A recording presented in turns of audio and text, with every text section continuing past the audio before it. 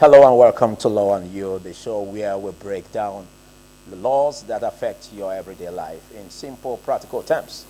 I am Philip Omo Bupo, and today we are diving into an important topic: landlord and tenant laws. Whether you are a tenant looking for a way to understand your rental agreement, or a landlord wondering about eviction procedures, or just someone trying to avoid common rental disputes, this episode is for you. We will be discussing rental agreement, eviction rights, tenancy laws, and what both landlords and tenants need to know to stay on the right side of the law. We have a law expert in the studio to dissect the issues in focus, so stay with us as we unravel the legal framework that governs rental housing. I am Philip Omo Gupo, and legal practitioner with us is Osamwede Moses Ogbomo. Thanks for joining. It's nice to be here. Always thrilling whenever you're with me in the studio when we look at issues regarding the law. So let's delve first into what key elements can be found in a landlord and tenant agreement. Okay, starting from the introductory aspect, what's a landlord? A landlord is someone that owns a property or a premises and he wishes to let it out. You understand? Then a tenant is someone that is willing to take possession of that property and maybe pay consideration. It could be an amount, it must not be money, but a consideration. But most likely, most of the time, it's usually monies, right, which exchange hands, and then the landlord gives him possession of the property, either for a fixed term or for a periodic period. It could be 1 year, going over and over again. Okay. So I think that is the basic definition of a landlord and tenancy relationship. That is just the introductory part. And then, as we all know, the landlord and tenants have rights. It has rights. It could be oral, it could be written. Oral agreements are enforceable. Oh, that means if it's oral, like verbal. Yes, it's verbal. They are enforceable. Yes, but it's more difficult to prove. Because they are not written. Because they're not written. So it's encouraged that persons that want to enter into tenancy agreement should ensure that it's written for sanctity of terms. Yeah, because if it's not written, if it's oral or verbal, it will be difficult to get the evidence of what has been said, except if it was recorded on audio tape or whatever. Like for example now, I want to rent a house from somebody, pays me I should pay 150,000, and I send a message, I send the money to him, and I put on the receipt, I put rent 150,000. That's evidence of a creation of a tenancy agreement. Yes, because that's written. Yes, no, because I have a receipt. Okay. That shows that rent 150,000, and I pay this rent maybe every month to this particular person. Okay. So if I go to court now, I can show it's an evidence that I created the tenancy agreement. So it shows that a tenancy agreement was created. Right. But then, in the absence of written agreement, the laws have provisions to protect the landlord and the tenants. They have written agreements to protect. Legislations, there are laws that are to protect the tenants and the landlord if there are no written agreements. Okay. Yes. Okay. But if there are written agreements, it overrides those regulations, and you have to stick to the terms in the agreement. So that is the unique factor between those two. Okay. Yes. We usually have issues where rentage, the amount stipulated for rent, is changed at every given time. Now, what is the right of the tenant as regards all of these changes in terms of, amount to be paid for rent? Is it right for the landlord to just, bump at the tenant at any given time and say that the rent is being increased from one amount to another? Or should there be a stipulated time? Is there anything that has to do with such in the law? Okay, I think for purpose of that question, we should distinguish between lease and tenants and tenancy and tenants. Okay. You understand? Lease is for a fixed term, usually more than 3 years, 3 years and above. While tenants could be for a year, but it's rollover. Understand? It rolls over. So the right of a tenant, there are few popular rights. You have the right to exclusive possession. That is, the tenants can enjoy the property, possessory property, without the interference of anybody. For a given period. For the period that is they are paid for. Yes. So he has right to possess the property, to do what he wants to do with it, as far as it doesn't destroy or do something that will be harmful to the property. So when he gives it out, it will be useless to the landlord. You understand? The tenant also has the right to quiet possession. It's almost the same thing. To enjoy the property, to live peacefully. Okay. You understand? The tenant also has the right to be given valid notices. If the landlord has a change of mind and he wants to, okay, please go to my property, there should be sufficient notices that should be given to him in time. So I think those are the major rights that the tenant has.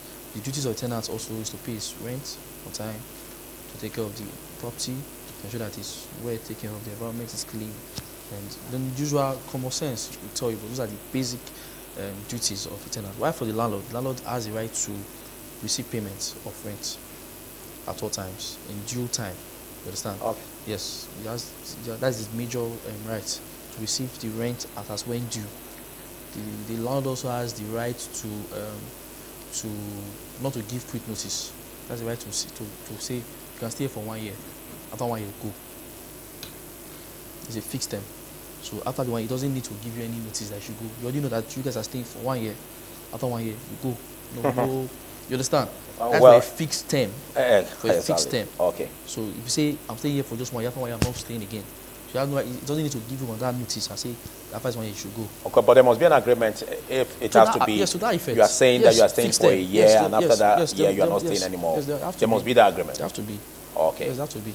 And they will also have the right to enter into the property to inspect the environment. Okay. Yes, because you see, in reality, we have individuals that are very rough. Use the word rough, and they're very wayward. Sometimes the landlord has to once in a while come and check, but he has to give notices. He has to give notice. I'm coming in so time. He has to give notices. He has to give because the tenant has right to possess the property. So for you to now come and enter, you have to give him notice. But the landlord has a right to. But he must give sufficient, maybe 30 days, 2 months. But he must give notice that he wants to come and inspect the environment. You understand? Okay. So those are the most basic and I think the most essential rights and duties between the two, the landlord and the tenant. Okay. Yeah. We're on law and you, and we're on the topic that has to do with the landlord and tenant agreement as regards rentage, and of course eviction rights and dispute resolutions. And I'll be discussing with the president of the Young Lawyers Forum Benin chapter, Osamwede Moses Ogbomo. And this program is brought to you courtesy of Noah Artonis, a firm of legal practitioner based in Benin City, Nigeria. Now, let's look at this issue deeper, because there's need for us to situate it properly. For an agreement, because you gave us a flip side of how agreement is made and where notices cannot be given, if the landlord wants the tenant to leave. But in a case where the tenant is not saying that he's going to be living in 1 year, but though there's an agreement that if you must make payment, it should be done yearly. What number of months could be given at times of notices for eviction by the landlord? Okay, first of all, if it's a lease, that's why I distinguish between a lease and a tenancy. A lease is usually for a fixed term, and usually more than 3 years. Okay, there's a difference between lease and tenancy. And tenancy, yes. Okay, let's get it clear. A lease is usually 3 years and above. You understand? And it's usually for a fixed term. But for a tenancy, you see some persons they'll stay in the house for 10 years, 5 years, but they only have one agreement. So the thing is, when you do an agreement for a year, if the year expires, it rotates to the next year. It keeps on going. It doesn't have a fixed term. It keeps going and keeps rolling until the landlord says, "I want you to leave." So on that tenancy agreement, what you're telling us is that the landlord can evict without notice. No, I'm not saying can. I'm just trying to distinguish between lease and tenancy, because there's a reason for those distinctions. Okay. So when there's a fixed term, there's a lease. So when there's a lease, the landlord does not need to give you notice. Probably if it's a year lease, or that's a year for a fixed term, doesn't need to give you maybe 6 months notice to quit. Okay, but on that tenancy, you're saying that there's no fixed term? On that tenancy, there could be fixed term. There's no fixed term on that there's tenancy. No fixed term. Yes, it's just okay, that. So if a tenant pays for a year, for instance. Yes. After the year. At the expiration of that, rentage. If he stays where, it's assumed that he wants to stay for another year. Oh, no. Let's get it. Okay. At the expiration of that rentage. Yes. The landlord has the right to evict him. The landlord has the right to evict you whenever he wants, but there must be notices that he must give you for he has the right so to do that. I'm looking at those notices for a period of a year, for instance. Yes. If the tenant pays for a year, okay, at what point can the landlord say, okay, he wants to give a notice? Okay, is it 6 months to the end of the year? Okay. Is it 3 months to the end of the year? Or is it at the end of the year after expiration of the payment made by the tenant that he cannot give like a month or 2 or 3 months, notice? Okay, for a yearly tenancy, 6 months. It's 6 months. Towards the ending of the year. Okay. So after towards the ending of the year? You mean like towards the midway? ending of the tenancy. Oh, okay. From midway to midway to the end of the rentage. Of tenancy, of that rentage where it expires. Okay. You understand? So after that, when the rent actually expires, they're giving 7 days notice of the owner's intention to recover premises. You understand? That's after the expiration of that notice to quit.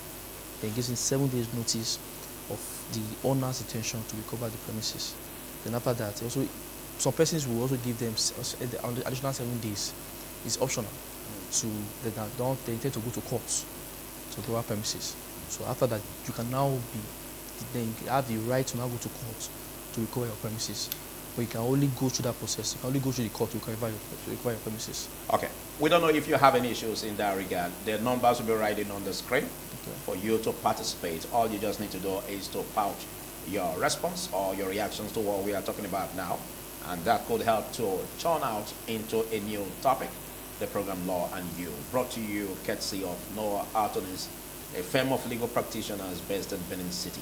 I am Philip Omo Bupon. I see you have the president of the Young Lawyers Forum, Benin Branch, or somewhere the Moses Okbomo. Well, let's expand it a little because there's need for us to look at issues that surrounds maybe at a point when the tenant is not being able to get another apartment, irrespective of the fact that the rentage expired, notices were given. What is the legal procedures that can be given, or an extra time that can be given to such a tenant to get a place? And if he exhausts that extra time, what does the court do, or what's the legal procedure that should be followed by the landlord? No, as earlier stated, I give you the normal procedures which the landlord will follow. But then it's now if you mentioned the 7 days. Yes, no. So I mentioned of the 6 months notice to quit. Yes, you said all that. But after that expiration, no. You give 7 days. No. If you are giving 6 months notice to quit, it's assumed that you know that you have to leave after 6 months. Yes, I'm looking at a situation where he's not able to, because it happens. We see that every day. No, it happens, but commonsensically, you may think it's deliberate. But commonsensically, I believe you should be able to find a different apartment within 6 months. But if that happens, by some reason or the other, don't forget you don't pluck money from trees. No, I understand. Because you are saying that within the expiration of the 6 months, tenant's payment, that he should be able to get another amount of money. But if that happens due to sometimes if he even gets it and the rentage has not expired, that's almost like a credit to the landlord. So we're looking at situations where after the expiration of the 1 year, it still remains because there. some tenants may want to be fantastic and amazing in what they do. Of course. They may want to, expire every month. Of course. That's left. So, and if we have such a situation, and yet they are not able to evict such a tenant, what does the law do as regards such a tenant in order to get the landlord's apartment back to him? You go to court for you to go to evict the tenants. What court? What court? You can go to customary? To the customary court. Okay. Where the locality where the house is. Yes, understand? So the thing is it's the court that can evict them. So when you bring evidence, it's the court that can do the eviction. The eviction. And not the landlord. Not the landlord. That's why you're going to court. Noted. To get an order of eviction, and then you now go further to get a repossession to enforce the right to repossess the premises. Yeah. You understand? So it's the court that does that for you, not you personally that does that. But in a situation where the landlord does that himself, because we've seen situations like that, where landlords will just, and that amounts to bust into the apartment of this tenant, irrespective of the fact that yes, he owns the house, but that does not mean you have the right to bust into the apartment. Or is it that after the expiration of that tenancy agreement, he has the right to bust in? No, he doesn't, because no. it has to be legal procedures. He has to go to so court. what could be the damages that such a tenant will be demanding if it happens that the landlord does so? If the landlord goes on his own to evict them, it amounts to self-help. And self-help is frowned anywhere, in any jurisdiction in the world. Self-help is frowned. It has been different pronouncement by the courts as discouraged self-help. That is barbarian.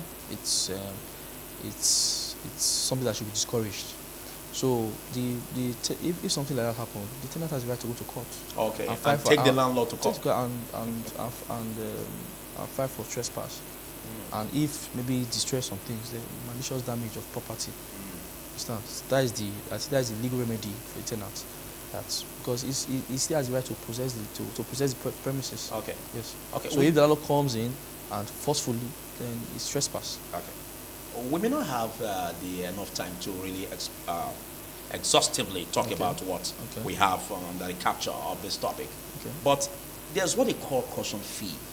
Like before you get to an apartment, there's an agreement you have to sign, and then you have to pay some amount of money called caution fee.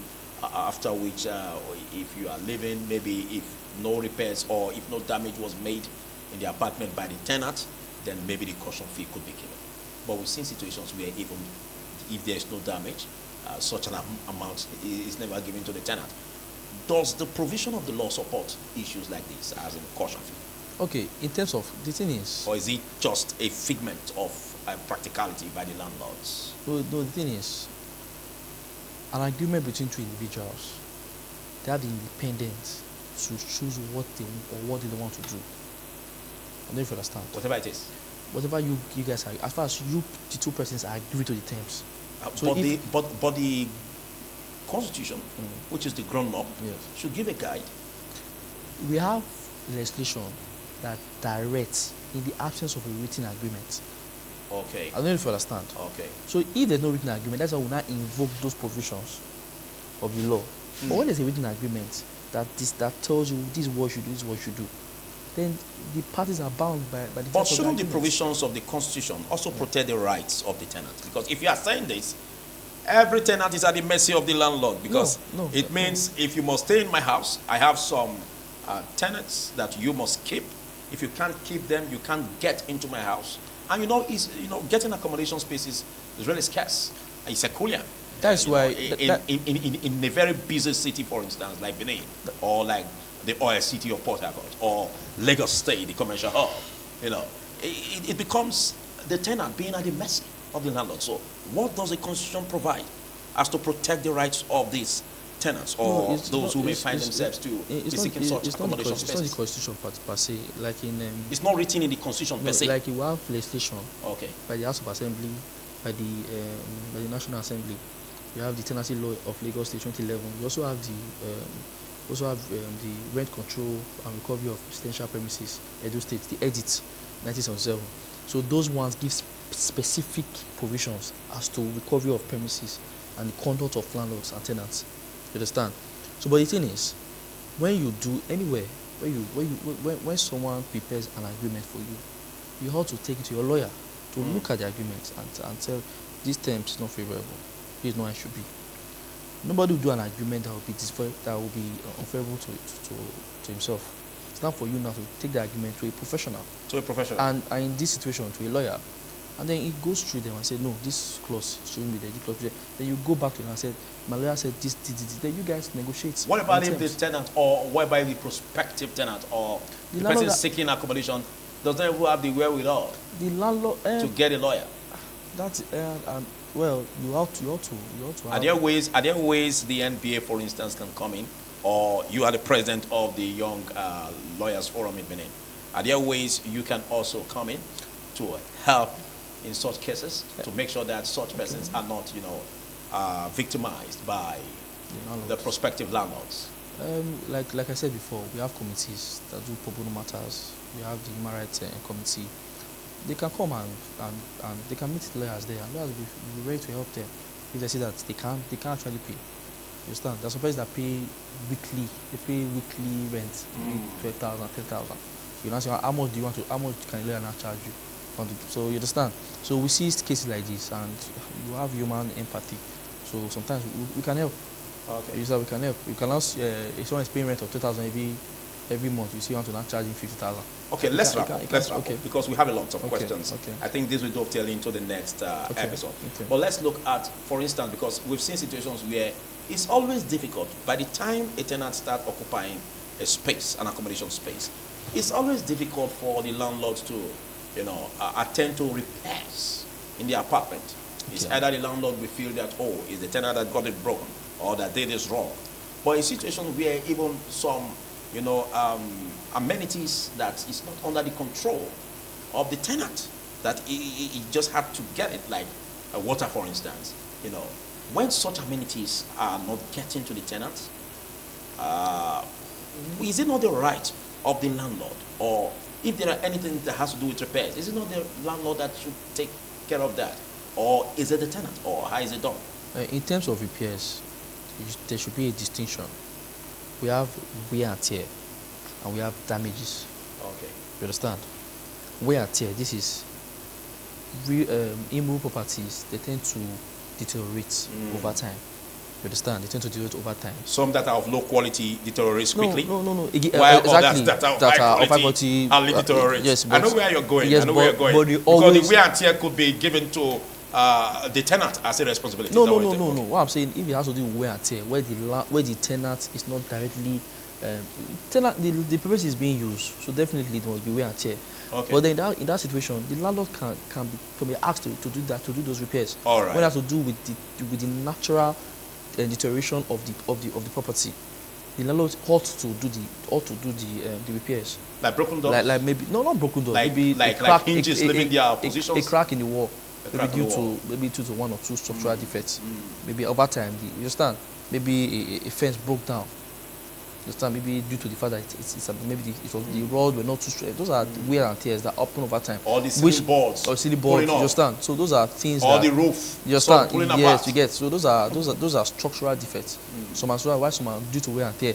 But then we have repairs that are done by tenant directly. Okay. You understand? We have doors the hinges being broken. Oh yeah. You now say tenant should come. When you entered, it was done properly, and then you now enter. You say call tenant that tenant should pay. No, now. Okay. It's Okay, common. you It's common disagree sense. with that? No.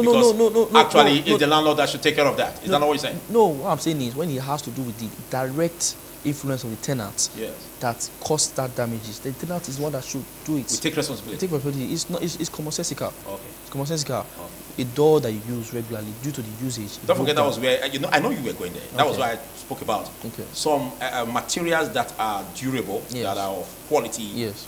While there are some that are of less quality. Yes. So if you give such tenants the ones that are of less quality, Yeah. basically during wear and tear, they give way so quickly, and then you are setting a booby trap for the tenants. That's what you mean. But most of the houses, if it's a new house or even if it's a house that has been used, Yes. what you do is when you enter, you look at you do inspection. Okay. You are human being All of right. We'll do capacity. well. Okay. We'll do well to explore all of these areas in our next episode. Big thanks, Samuel A. Moses, for taking our time to be part of this. Samuel A. Moses as the president of the Young Lawyers Forum, Benin branch, and we do this same time next week. I am Philip Omo Bupo. Bye for now.